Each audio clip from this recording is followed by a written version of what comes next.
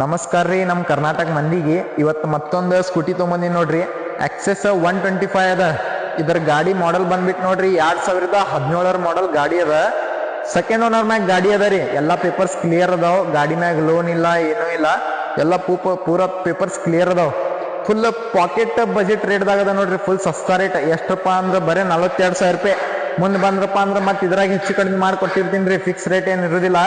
ಎರಡು tyre neat ಕಂಡೀಷನ್ದಾಗ ಅದಾವ. Smooth engine ಅದ ನೋಡ್ರಿ. ಒಂದೇ ಸ್ಟಾರ್ಟರ್ ಮ್ಯಾಗ ಗಾಡಿ ಚಾಲು ಆಗ್ಬಿಡ್ತದ.